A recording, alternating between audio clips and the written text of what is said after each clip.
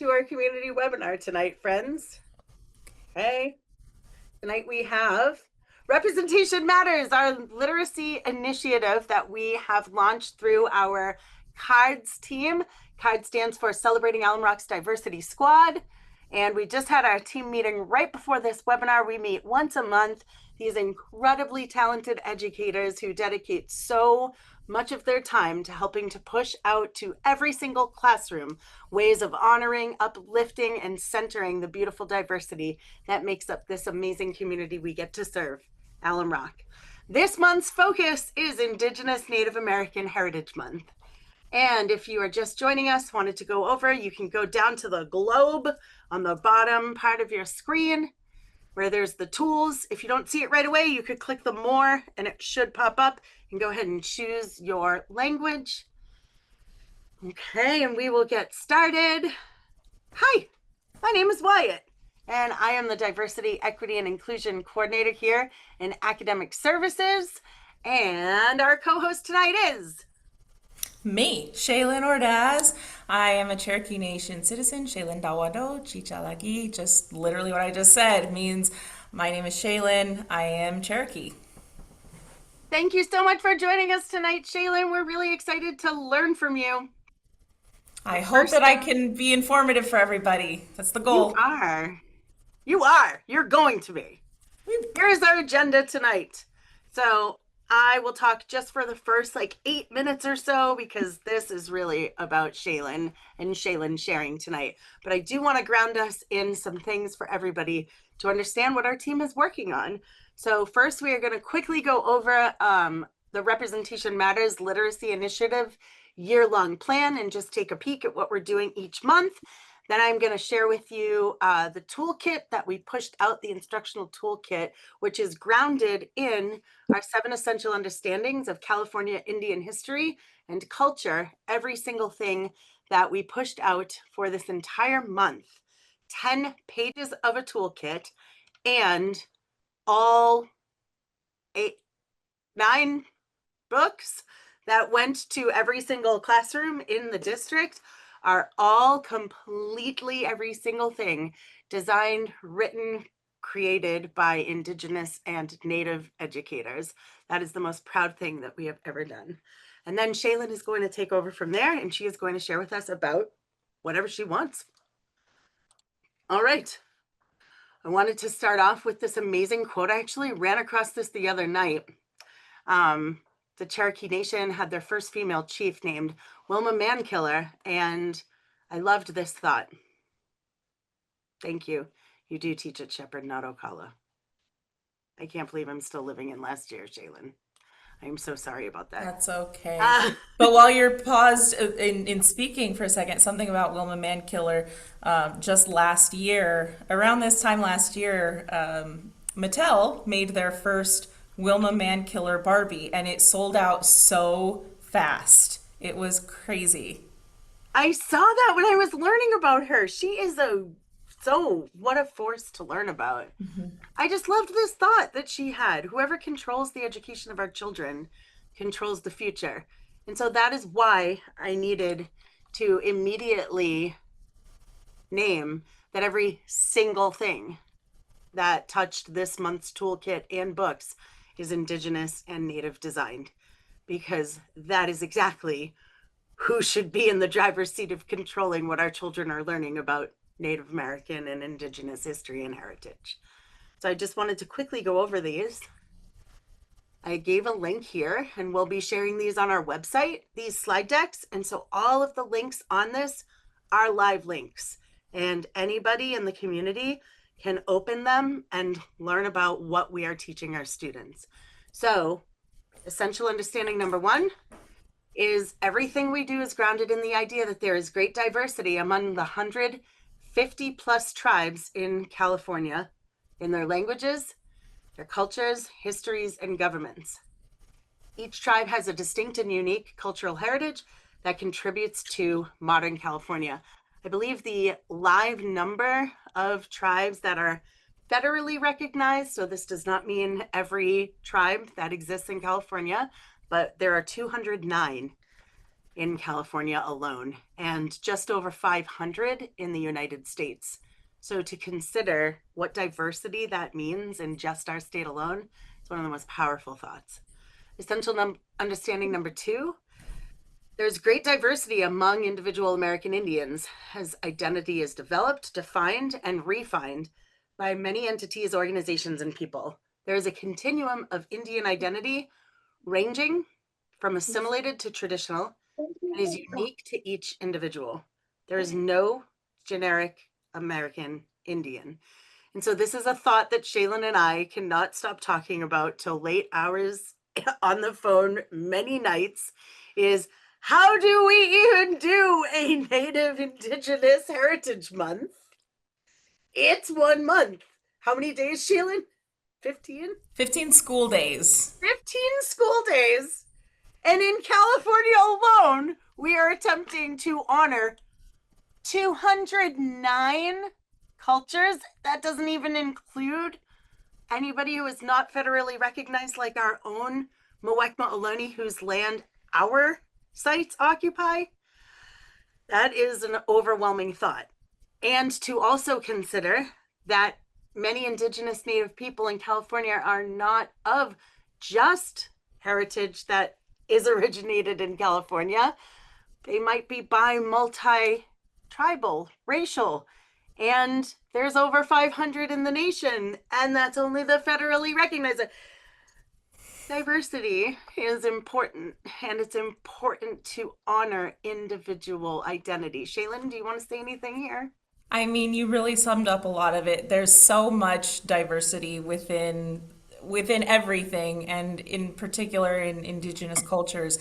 There's so many of us, and even just going to a powwow, whenever I go, I'm always on the lookout for I'm on the lookout literally for this same shirt that I'm wearing because I know like my people are all buying the same shirts, but you see the Lakota, you see the Iroquois, the Navajo, you name it, the Paiutes, you see everyone there, and we have those things in common that we are indigenous, and that's a lot of where a lot of it stops.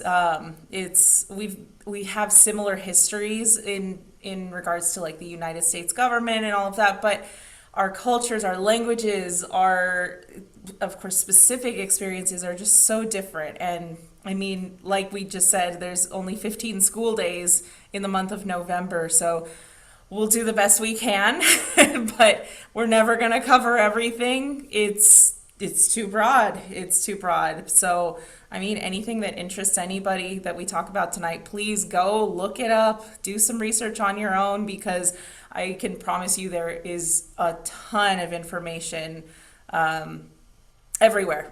And of course, the best sources are the specific tribes that we're talking about or that interest you. And also, please remember that every single thing that we do is out of the diversity, equity, inclusion work that I am a part of. Everything is I want it to be in a co-design stance where you are all designers right along with us. And so please reach out to me, send me an email, call me on the phone, and please name. I would really like to learn about blank. I would like my students who go to your schools to learn about blank.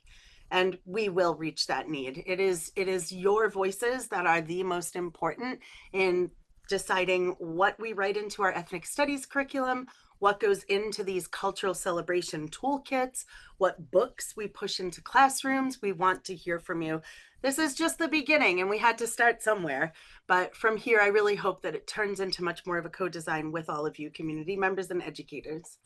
All right, essential understanding number 3 that our work is grounded in for this month is the ideologies of Native traditional beliefs and spirituality persist into modern day life as tribal cultures, traditions, and languages are still practiced by many American Indian people and are incorporated into how tribes govern and manage their affairs. Additionally, each tribe has their own oral history beginning with their genesis that is as valid as written histories.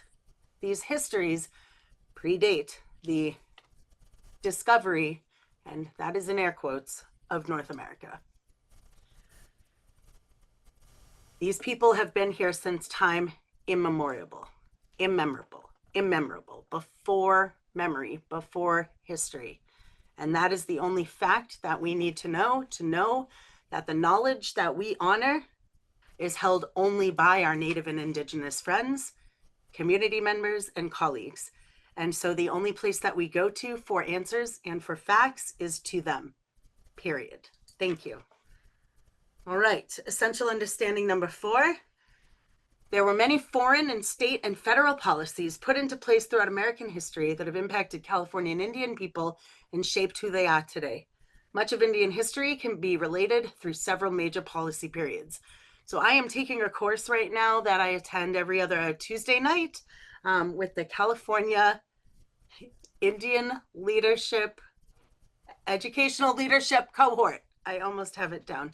And this is Indigenous educational leaders who are the leaders of the California Department of Education's Native American Model Curriculum. And they are giving me the knowledge that I am then turnkeying to our teachers. And that is the main source. Every single thing that I am learning from them is from tribal websites, tribe members, and Indigenous and Native educators. So we're talking about, again, over 500 just federally recognized tribes, thousands of languages, and tens of thousands of years. This will take a lot of time for us to learn a sliver, especially when we only have 15 days dedicated. That doesn't mean that we don't talk about it all year round, but just that this month it is centered. It is the main focus. Essential understanding number 5.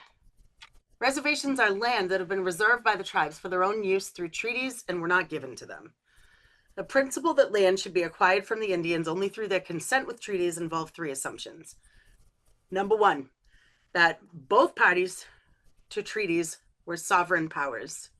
Number 2, that Indian tribes had some form of transferable title to the land. Number 3, that acquisition of Indian lands was solely a government matter, not to be left to individual colonists. I pause. Shaylin, anything you want to add or roll through? Do you really want to get me started? Well, that's why I paused, friend. I think I have some of this actually on some of the slides, so we can roll on Okay, through. we'll pause until we get to you. Okay, fabulous. I did want to get you started, but maybe not yet. Okay, all right. Non-essential understanding number 6. History is a story and most often related through the subjective experiences of the teller. True story. This is the mindset that we are trying to name and own. And self-awareness is key, educators. If we ourselves are not Indigenous or Native, we need to lean in and listen and ask questions and seek understanding and knowledge. Histories are being rediscovered and revised. History told from an Indian perspective conflicts with what most mainstream history tells us. Okay, we must take a critical eye, a critical lens, and lean in. And the workshops and the communities of practice that are growing by day out of this department, please join, educators. This is the work that we will be doing in these spaces. Essential understanding number 7. Under the American legal system, Indian tribes have sovereign powers, separate and independent from the federal and state governments. However, the extent and breadth of tribal sovereignty is not the same for each tribe. All of this is also fluid and constantly evolving. I am overwhelmed with the amount of information that I'm learning in my Saturday cohorts that I attend once a month, at the powwows that I've been attending about bi-monthly, and in the class that I told you that I'm taking on Tuesday nights, and on social media. I'm following a number of tribal websites and tribe members and citizens of nations all over Instagram specifically, and there is so much to learn. If anybody out there would like any suggestions of who I'm following, please ask Shaylin and myself as we talk about this constantly. Shaylin, would you like to add anything here before we move? I think a lot of it's on my slides. I'm gonna let you Great, move on moving again. on. It's all you at the beginning. You got this. Okay, all right. I was just checking. You're a smart lady over there. All right, so I just wanted to name where my sourcing came from. These are also live links and everything again native and indigenous designed. All right, so each month, actually, I need to go back for a second. I skipped over something. I put it in the wrong order. I realized as I was starting. Wanted to name that this is our year-long trajectory. So in September, we focused on centering Latino Heritage Month, and then in October, Latino Heritage Month also continued. And then we had Filipino American History Month, and we did do webinars for each of those. The recordings will go up on our website as soon as it's finished, under construction, coming soon. And then we did honor Indigenous Peoples Day in October. Some of the materials that we'll be going over tonight, especially the books, were meant for that day, but also obviously can be used in this month. And then tomorrow is Ruby Bridges Day. So every single school in our school site has been learning about Ruby Bridges in all of our classrooms. And we'll also be doing a district-wide event with books and toolkit and lots of incredible activities. And wear purple, everybody, in Alum Rock tomorrow to honor Ruby Bridges. It is also Native American Indigenous Heritage Month this whole month, which again is only, unfortunately, 15 days, but that doesn't mean we don't talk about this all year long. Yes, we do, because please remember, educators, intersectionality, right, is always a thing. Okay, so in this month, we do have these flyers and posters hanging all over our school sites. If you've seen them, I hope you have. Please look at that bit.ly and QR code and use your phone and dive onto it, because that is where you will find our toolkit. And our toolkit, I am so proud of our team. I am too. We are working, I'm so proud of us. Like, I can't take all the credit. I did a lot of work myself, but I cannot take all the credit by any means. There is a lot on there. It's a lot. It's wonderful. It's so great to see how much everyone has done and everyone has contributed. And I'll let you say that one part that you added in that you're extra proud of. Every single thing is Native and Indigenous designed on this entire toolkit. Every single thing. These are all, some of these are full toolkits themselves. Like we named, over 500 tribes and tens of thousands of years of knowledge. That's why it's so thick. We have only done a sliver. And at the bottom, we have added my most favorite part. What can you be doing out there in community? I know I'm planning on going to Indigenous peoples on Thanksgiving Day at sunrise on what we call Thanksgiving morning. One toolkit that I'm extra proud of in here, oh, look at this too. This is really interesting. At the Oakland Museum, which you can take the BART up there from Berryessa, right over here, Alum Rock. It goes right to the Oakland Museum. And there's this awesome exhibit about how our Native communities have cared for this land through their burning traditions, and something that we need to lean into. And powwows, and I went to this gathering of Ohlone peoples that day in October, and that's where I learned how to make this. I made this abalone necklace by myself with a hand drill that was made of wood. It was amazing. Okay, I'm really proud of this toolkit. I am too. And I love what you just highlighted about the different events and things. One of the things on there, it's now past, but this past weekend it was their second time doing this, Native American Heritage Parade in the state capitol in Sacramento. So I went there with my mom, my cousins. We saw some other Cherokee people that we know, so we went with a group. And we also met a couple new people, got some fun new resources. Silly thing, I got a highlighter that I desperately needed from there. So it was just a really fun event. So yeah, whenever not just for this month, for all the months, whenever these toolkits come out, please look at the bottom, go all the way to the bottom, see what events are going on, see what You can do what interests you, what works with your schedule. It's not all necessarily go do more work, because we all have our lives that we want to live, but this can help get you in tune with what's going on with these different communities. And it's just a really, I just love how we've come together and organized all of these resources in one document. And I know it's going to continue with each of our month celebrations. Me too. I also took our student advisory committee up to Sacramento for this day for the last 3 years, I think. And it's called California Native American Day at the State House. And our student leaders are they needed to speak to 3 to 5 individuals or organizations that they thought the student body would like us to partner with. And then they had to come back and make a case for what they wanted us to follow up with, which is going to be driving a lot of the decisions that we make from here. So, honoring civic engagement, student voice and choice empowerment, and centering our marginalized communities who have too often been left out of these tables. Last thing I wanted to highlight, educators and families, if you're out there, I'm pretty sure you can hear it in my voice sometimes. I'm from Boston, thank you. And so the native people of the lands that I was raised on are the Wampanoag. And this entire toolkit is from youth voices from the Wampanoag people, which is where the first Thanksgiving happened. And so this entire toolkit is amazing. And it was the San Diego County Office of Education, which San Diego and Humboldt are the 2 leaders in the state who were chosen by the California Department of Education to lead the Native American and American Indian toolkits and curricula. And so this is the place to go. Go to Humboldt and go to San Diego. Those are the 2 county offices that were identified to lead this work for the entire state. And I work with both of them in 2 different spaces.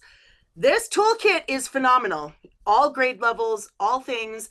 There's interviews, there's videos, there's film, there's books, and every single thing that you need for every lesson plan, unit plan on how to redesign and center Indigenous Wampanoag voice for teaching Thanksgiving is right here. Right here. Please, educators, check this out and spread the word. All right, Shaylin, we are almost to you. We just want to go over. Oh, wait, I forgot one last thing I wanted to highlight, Shaylin, and it's something that you created actually. Oh, I know what you're talking about.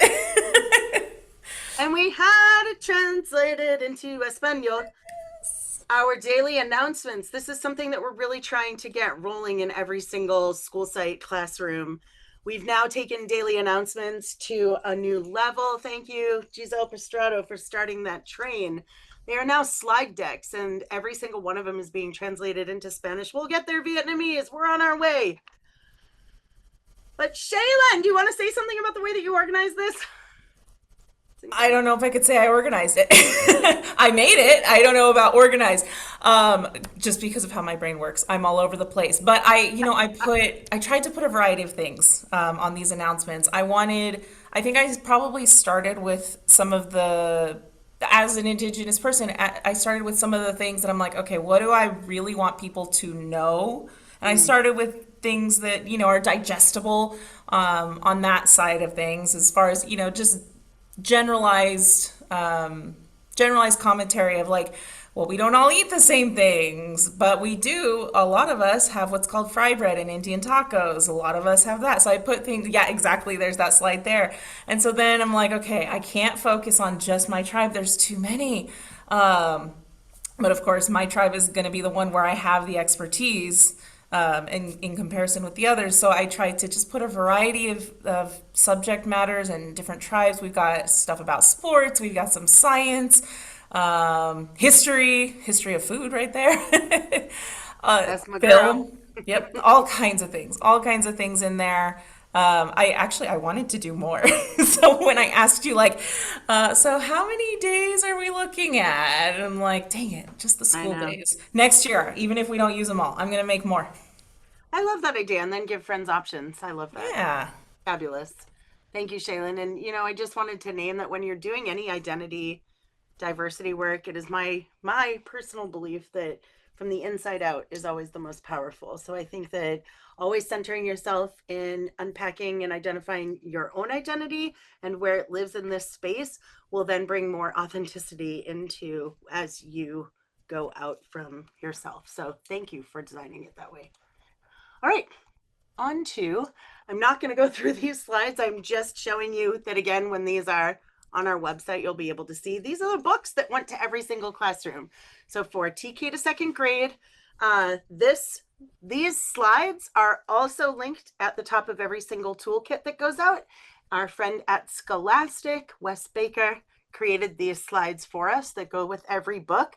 So educators, before you read these books with your students, please look on the toolkit and it says Scholastic Slide Deck. Please click on that and this will give you some guiding questions and take a little bit more off of your plate so you don't need to plan everything for how you are implementing these. So each book has 2 slides. And then I also found on YouTube a video of each book being read. So families at home, you can preview them, you can enjoy them with your kids, and you don't have to have an actual copy of the book itself. So for 3rd through 5th grade, we sent out Maria Tallchief. What a fabulous story. What an incredible human. Gorgeous ballerina.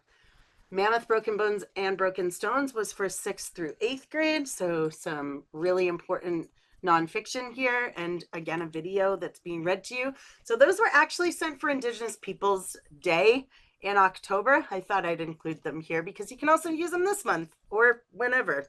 And then for this month, TK to 2nd grade, they got Look Grandma Ni Elisi.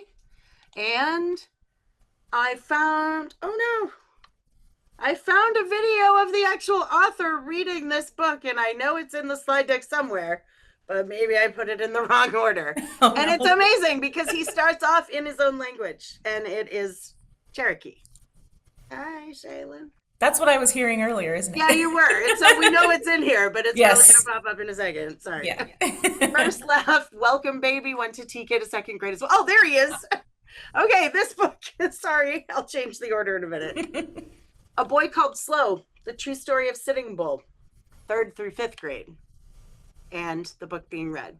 She Sang Promise, The Story of Betty Mae Jumpa, Seminole Tribe Lita, 3rd through 5th grade got this book.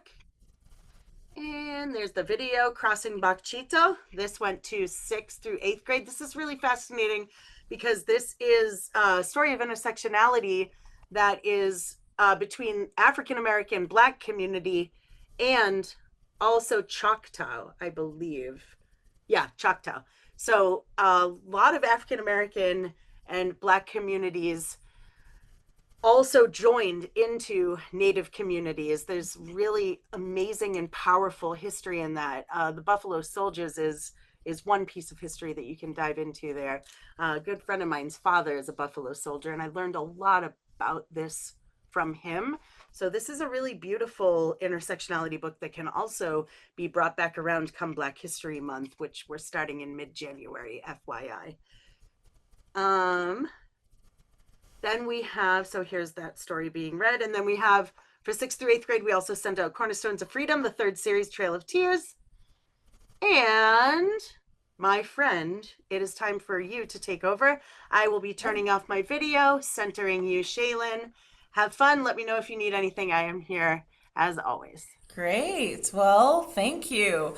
I think my only question for you, Wyatt, you don't have to turn your camera back on, is just, are you going to be changing the slides for me? Sure, but you are Perfect. Also a co-host, so you can just say change slide and I'll do it, homie. Or all right, you can do it yourself. You've got the power. Well, you're the one sharing, so so yeah, I guess, well, hi everybody. I'm kind of clicking around here, so sorry if my camera's wiggling a little bit, but yes, it is Native American Heritage Month, as I said earlier. Shaylin Dawado, Chichalagi. My name is Shaylin. I am Cherokee. And I love this slide right here. I just have to say I absolutely love it because it's in Spanish and it's Mes de la Herencia Nativo Americana. I am also half Mexican. My husband is Colombian, so speak a lot of Spanish, even though I didn't actually grow up speaking it. But I feel like this slide, it really does just kind of, it it's me. It's very me. It joins all of everything in my life, and I absolutely love this. So you can go on to the next slide.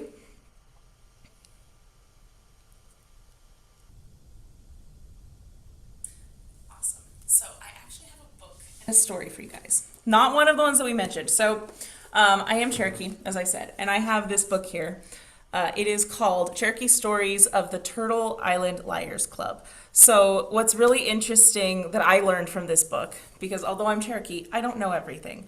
I'm always still learning. But with this book, I learned that in the Cherokee language, the word for liar, it's not necessarily the same as like how we use it in English. It's actually the same word for storyteller because most stories, generally speaking, they have there's fiction involved, and so the word in Cherokee for liar and storyteller, they're the same word. So I thought it was a good way to just kind of start us off here by reading you a short story, a story of Turtle Island. If you don't know what Turtle Island is, you're going to in just a moment. But it's a story about beginnings. And this particular one from this book is as told by Sequoia Guess. So, Sequoia Guess, a little bit of background for those of you that are not familiar with Cherokee culture so much. Sequoia Guess, or just Sequoia, is a very prominent, or I should say, was a very prominent figure in Cherokee culture because he is the one who is credited, along with his daughter, for creating essentially an alphabet for the Cherokee language. And through the creation of that alphabet, or rather syllabary, he was able to help the Cherokees preserve their language, which was not or is not the case for all tribes, unfortunately. So we Cherokees are very grateful that he did that. His name gets brought up constantly for everything because this is how one of the ways that we've preserved our language. And in fact, the Cherokee Nation right now in Oklahoma, our reservation, they have a very strong language program where they're trying to revitalize it. But moving on, so our story here, a story of Turtle Island, as told by Sequoia Guess. A long time ago, the earth was covered with water, and over this water this giant turtle flew. And on the back of the turtle was us, the people. And the people kept getting more and more until there was so many that they started falling off the sides. Well, Unetlana, the creator, saw that happening, so he told the water beetle to dive down and bring up a speck of mud. And so the water beetle dove down to the bottom, brought up this little speck of mud, but as soon as it hit air, the speck of mud started spreading out. And the people, they sent out the giant buzzard, Suli, to fly and find a dry spot. And Suli flew all over the world, and he started getting tired. And as he started getting tired, he kept getting lower and lower to the earth. And when he'd flap his wings, whenever he'd go down, that's where the valleys were formed. Whenever they'd come up, that's where the mountains were formed. And so finally, Suli got back to the turtle, and he told them there was no dry land yet. So the people waited a while again, and finally they sent out a raven. And it went out and it stayed out for a long time. Finally, it came back and it had a branch in its mouth. And that told the people that the mud was dry enough to step on now. So the turtle landed and the people walked off. So that's how we got the earth. So just a short story there, and this is just the Cherokee version of, essentially where the earth came from. The idea of Turtle Island is very common amongst many tribes where people are originated on the back of this giant turtle.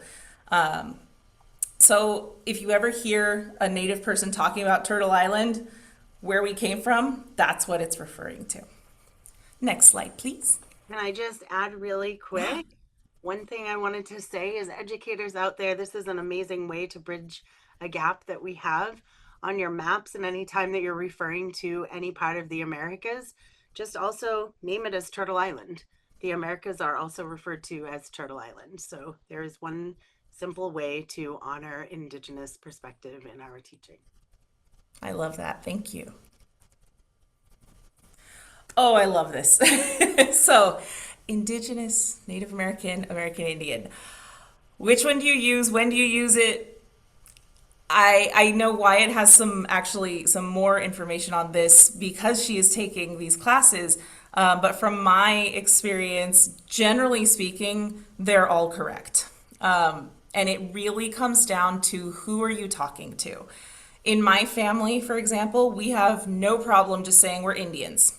And a lot of people that I know, a lot of Cherokees that I know, are like, yeah, we're Indians. We don't necessarily even say American Indians, just Indians. We just stuck with it, even though it is not accurate. There are other people who are going to be more specific and they're going to say, no, no, no, no, that's a misnomer. That's a wrong term. And they're correct to say that it's a wrong term. And they might say, oh, Native American. I want Native American. But then there's other people who are like, no, that's not right either, because anyone who was born on American soil, even if they are descended from immigrants, that's still a Native American because they were born on American soil. So it all really comes down to who you're talking to. And the best thing you can do is literally just ask them. And better yet, ask them, what tribe are you from? What do you identify as? Because then you don't even have to worry about which one. And it's more specific and it's preferred. I always say, I am Cherokee. Whenever I'm talking to my students, like today, I've been dressed up, you'll see it later. I've been dressed up in my regalia all day. And instead of telling my students just, oh, I'm an Indian, oh, I'm Native American, I will always say I am Cherokee, or I'll say I'm Cherokee Indian, because that is specific. That is my tribe. It's kind of like saying, oh, they're European. All right, well, what country are they from? It's kind of along those lines. Just in general, like I said, it's really about the individual. The safest bet is to just ask them, what tribe are you from? And if you really want to know if they prefer Indigenous, Native American, American Indian, ask them that too. Ask them what term they prefer, because everybody's going to be a little bit different. And same with saying tribe or band or nation or bandlet or clan. Apply the same rule, because Yes. with every identity comes a different group identity as well. So Yes. don't forget to ask that piece too. Thank you, Yes. Shaylin. Yes. Well, thank you for bringing that piece up too, because even tying it back into my part a little bit again, I am Cherokee. I am from the Cherokee Nation. There is also the Eastern Band of Cherokees, which is, it's the same tribe, but it's not. Federally recognized, we are two different tribes, but we all originate from the same tribe. Way back pre Trail of Tears, we all were just one Cherokee tribe, and we actually split. And and then within that, so although my tribe is the Cherokee Nation, and there's the Eastern Band of Cherokees, there's also clans within that. So clans are essentially groups, family groups within the tribe. So there's a lot to it. It is all very complicated and very complex. And I didn't even realize, or not realize, I didn't even learn what clan my family descended from until maybe 2 years ago, 3 years ago. It was pretty recent. I think it was right before I met you, Wyatt, actually. I think it was right before that trip that we were talking about earlier. But yeah, lots of terms, lots of terminology. Generally speaking, just ask. Most Indigenous people, most natives are going to be fine with sharing, and they'll probably prefer that you ask the questions rather than just make assumptions. All right, next slide, please. Perfect. Okay, U.S. history. So, U.S. history typically will just touch on little pieces related to natives, which plays into the false narrative that we're not around anymore, that we're extinct, which, again, false narrative. Usually it's going to tell you about Columbus's arrival, That's where the indigenous piece comes in. Sometimes they will include in these history lessons that the Europeans, the explorers, and the settlers brought with them unintentionally diseases that they had immunity to, but the native peoples did not. So sometimes that will be included. There is usually Thanksgiving mention, and just explaining how the Wampanoag tribe celebrated with the Plymouth colonists about their first harvest, and that's usually where that ends. The Trail of Tears might be mentioned by name, and it won't really describe a whole lot. It will usually just say, oh, the US government pushed the natives from their ancestral homelands somewhere else in the country. I don't think they usually even say much specifics on that. So that's what we usually hear about. So then, next slide, please.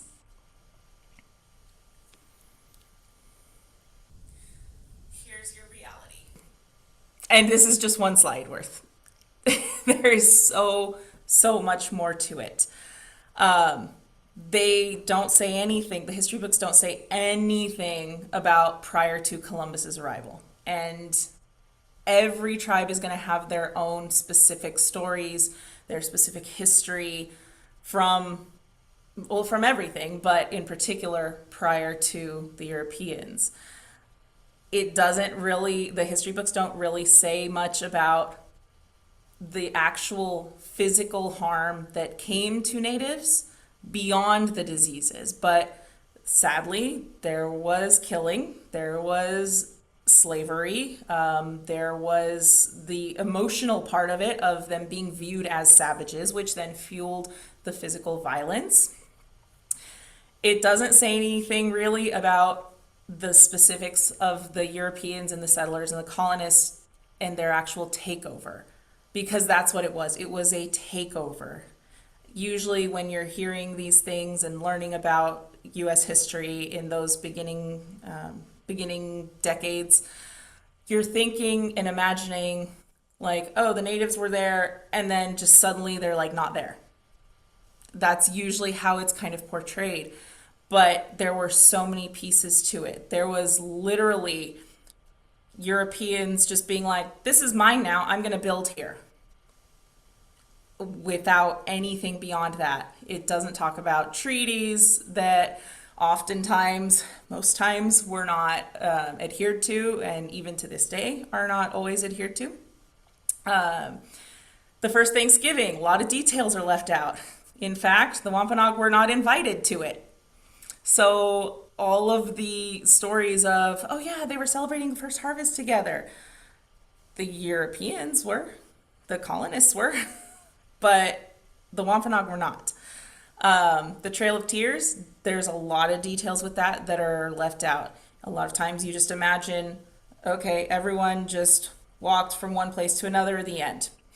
But there was so much more to that. There were multiple trails. We refer to all of them collectively as the Trail of Tears, but there were multiple paths because everyone was coming from a different place and ending up generally in the same area, but not exactly, not like the same spot on your Google Maps.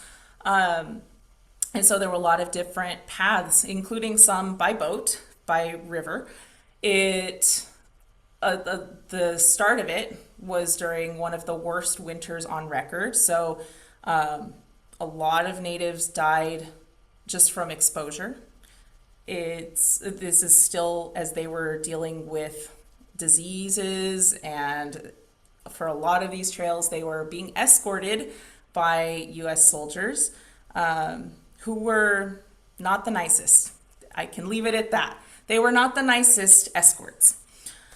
The Civil War, we don't talk about what happened to natives at all during the Civil War, but actually the Civil War, it was more devastating for natives than it was for any other ethnic group, because in short, the U.S. government told natives, and this is on both sides, both the Confederacy and the Union, they told natives on both sides, if you fight for us, we'll make sure you don't fight other Native people. That was all that the Native people asked. And essentially they lied to each other saying, oh, you're not fighting other natives, you're going to fight the Union right now or the Confederacy, but there's no natives in that group that you're going to fight. That was not true. And so there was a lot of native on native violence that they never even thought was going to happen. And then there's the Dawes Act, and all of these are just stepping stones. There's of course so much more to this, but the Dawes Act, in short, was when the government decided that instead of land being owned by the entire tribe as a community, the government divided up plots of land by individual. And when they divided it up, they essentially made lists of all of the Native people from each of the tribes. And then with that, the natives, gosh, there's so much to this. The Native people of all these different tribes they couldn't afford to live, and so they would have to sell their land that should have been communally owned anyway. That is just one of the ways that the US government took some additional land away from the tribes. By dividing it up into these smaller plots by person, that was hugely devastating to what now is what we see as reservations. Additionally, with that time, if a Native person was away from their land, their given land, I guess you could say, for an extended period of time, if a white man or woman or family showed up and just started taking care of that land, it was theirs. It was just automatically theirs. So even the land that was given to individual Native people, if a white person took over, it became theirs. And so the reality is so incredibly complex. Everything I just said, everything on this slide is still just very surface level. It's a whole study in itself, but it's important to realize that our US government and our education system and everything, there's so much more to all of this. We really just have to look for ourselves at all of the other aspects and ask ourselves, okay, what am I missing from this lesson, whether that's as a teacher or as a student, even as an adult student, because we're always still learning. Next slide, please. Yeah, I wanted to add one thing real quick. Just, I know that sometimes materials that are in education might refer to Native Indigenous people at some point coming to Turtle Island via the Bering Strait theory, the land bridge. We just want to note that that is incorrect, and that all Native Indigenous people, the very definition of this is that, again, they have been on Turtle Island since time immemorable. Thank you.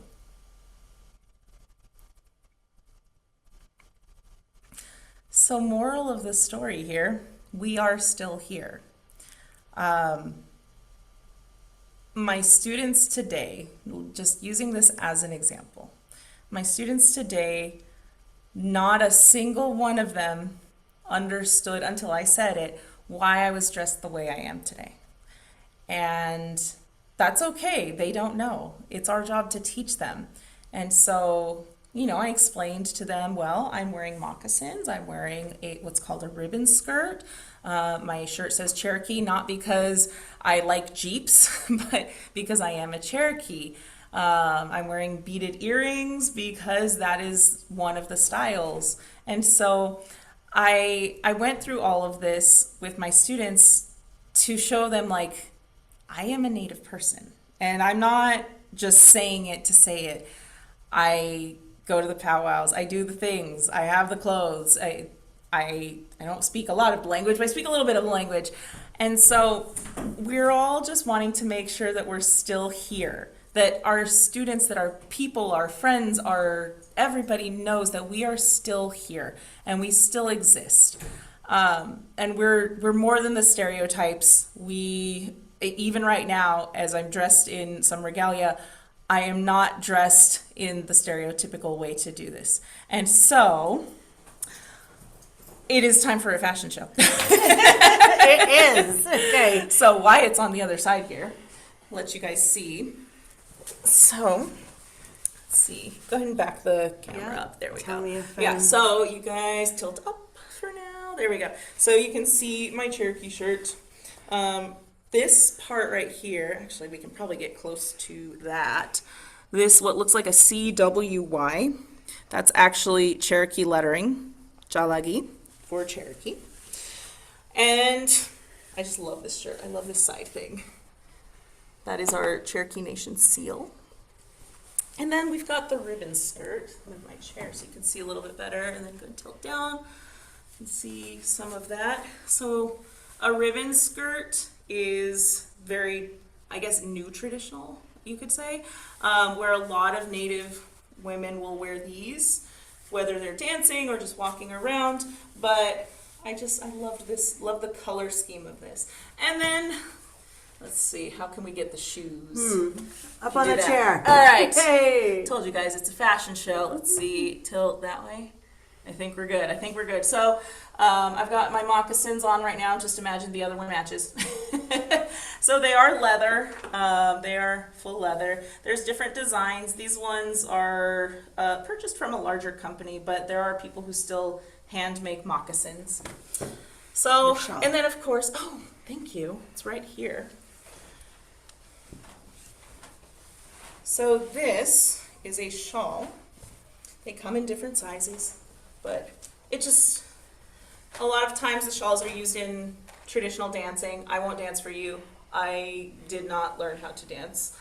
And the Latina side of me doesn't know how to dance either. So sorry guys, no dance show for you, but these are used a lot of times for what's called a butterfly dance and other forms of traditional dancing. I just use it because it's nice and pretty and warm. So it's like my jacket sometimes. So just to give you an idea. Feathers. And the feathers. Thank you. I'll sit down. Thank you. And then I got to get a little close. You guys might have noticed in my hair, you probably just see the beads. So I'm going to get closer for you to see a little bit better. Scoop this a little bit. So in my hair right now, I actually have feathers.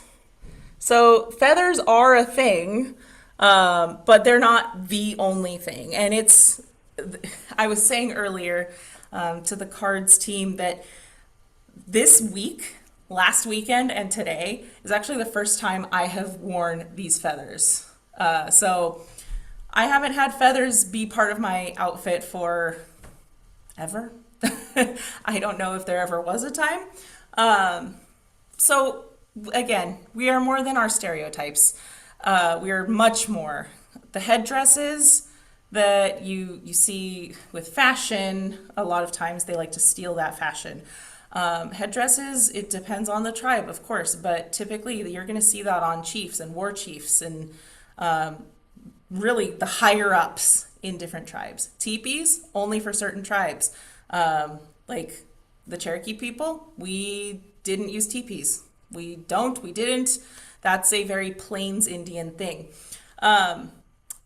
We're normal people. We're normal people with our individual cultures, of course. And then just generally speaking, Indigenous representation in popular media and culture is to this day very sparse. It has been getting better. I remember my mom telling me when she was growing up, she never saw actors, Native actors, ever. I remember when I was in kindergarten, I remember telling other students, telling my classmates that I'm Cherokee, I'm an Indian. And literally, they did not believe that I was telling the truth. They literally thought I was lying and making it up. And so the the message that a lot of Native people want to get across is just, we are still here. You won't see us in loincloths and all leather and with feathers in our hair all the time. We do that for special occasions. I know a couple Cherokee women who will wear ribbon skirts more frequently than that. But for the most part, we look like everybody else because a lot of us are mixed. We're not full blood native, or even if we are, sometimes people get mistaken for being like Puerto Rican or whatever, something else. But we want people to know that we are still here, we still exist, and we're still fighting through things. Wyatt, are we okay on time? I just looked at it. Yeah, friend, we are just about done. So, Right. what we did go over this. Do you want to say any more about this? It is 7 o'clock I now, so Yeah. here we are. Yeah, every tribe is different. I say click through quickly. Right. I basically just said that. We are more than stereotypes. This one, tell me your Indian name. We don't all have Indian names, and they can come from all kinds of things. You guys can read that. Are we sending out these slides at some point? Awesome. Yeah, you guys can read through that. It's Yeah, pretty these straightforward. slides and the webinar recording will be on our website, which is soon to Awesome. come on the academic services part of Alum Rock. Perfect. I love it. This slide, I would definitely say when this comes out on as a video, please pause it, read through it, because Native people, we need help. We need your help. Not to say that we can't do things on our own by any means, but the more voices, the better. So, speak out against misrepresentation. Halloween's already passed, but next time around, when you're going to Spirit Halloween, if you see a costume that is a Native person, tell their manager that that is not okay, because well, I'm getting tired of telling their managers. Watch out for racial bullying, in particular boys and long hair. That's one that happens too often, really. And like I said, just you guys can read through the details on there. I think Educators, that hair bullying is that is the Crown Act. That is protected by the Crown Act. That is the civil rights. Um, that is a right that we need to protect. It is an ed code violation called the Crown Act. So please note that if there are incidences in our reporting system. thank you. Yeah, literally a legal issue. Yay, we made it. We did it! Thank you for coming, community. As Yes, we thank all got you. to enjoy tonight, representation matters. Thank you so much for leaning in and sharing time with Shaylin. And please be looking out for all the work that our teams are doing. And I hope to see people out there enjoying Ruby Bridges Day tomorrow. I know that I'll be out there. Shaylin, what do you want to say in closing out? Wado, thank you in Cherokee. Wado, for coming, for listening, for giving up some of your time, and for being open to hearing all of it. And then just to add, in addition to tomorrow being Ruby Bridges Day, for anyone out there who might also be native of any tribe, Saturday, the 15th, is Rock Your Mocks Day. So if you have moccasins, wear them. Wear them on Saturday. Or just whenever you feel like it, because why not? They're fun. Shout out to you in Colombia and hello. Thanks for joining. Bye, everybody. Good Thank you, night. everyone.